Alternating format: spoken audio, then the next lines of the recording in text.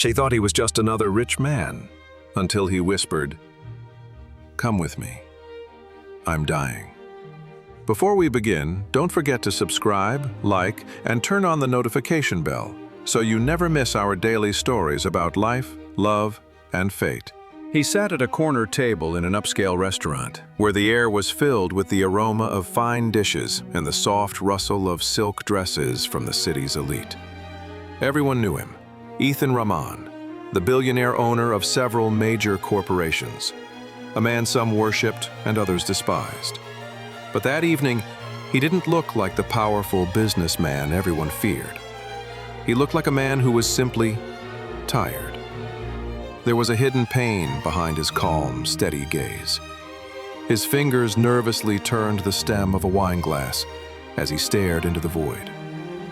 Surrounded by hundreds of people, he somehow seemed completely alone. At that moment, a young waitress approached his table. Her name was Lila, a quiet girl with dark braids and a simple but neat apron. She was one of those people who worked silently, always in the background, trying not to draw attention. But her eyes, large, warm, and sincere, immediately caught his. She smiled politely and asked, "Would you like anything else, sir?" Ethan suddenly realized that, for the first time in years, he wanted to talk, really talk, to someone.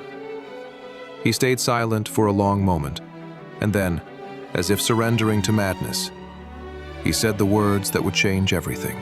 "I only have 1 month left to live. Will you come with me?" Lila froze, thinking she misheard him.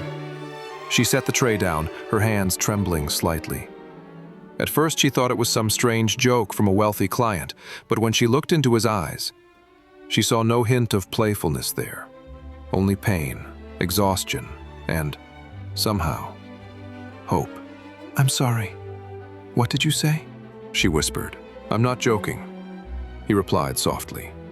"The doctors said I have a month, and I don't want to spend it surrounded by lies, fake smiles, and people who only pretend to care. You're the only person tonight who looked at me like I was just human." Those words hung between them like a fragile bridge connecting two different worlds. The world of a billionaire and the world of a simple waitress. Lila didn't know what to say. Inside her, something shifted. Maybe pity, maybe curiosity, or maybe it was fate already weaving invisible threads around their lives. She stood still, as if the ground had disappeared beneath her feet. Her thoughts swirled chaotically.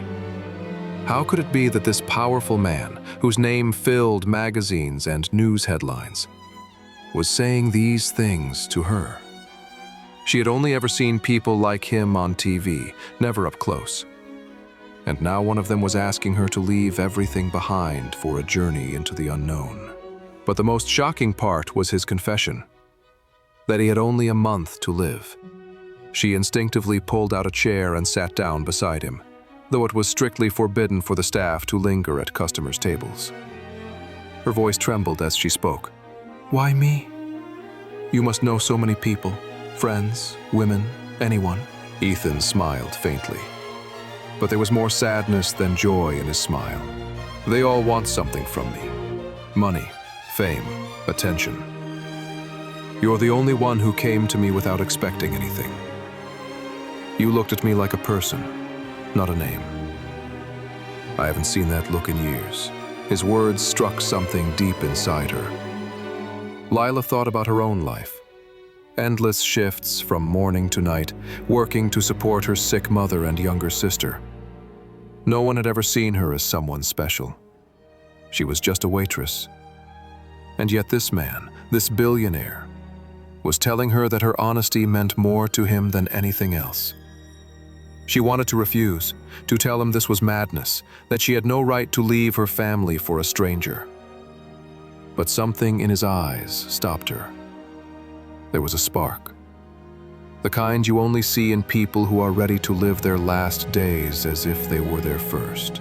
"If I say yes," she began quietly, "where would you want to go?" He leaned forward slightly, his voice calm but filled with longing. "Somewhere I've never been happy. Simple places, by the ocean, in small towns where roosters wake you up at dawn, in the mountains that smell of pine.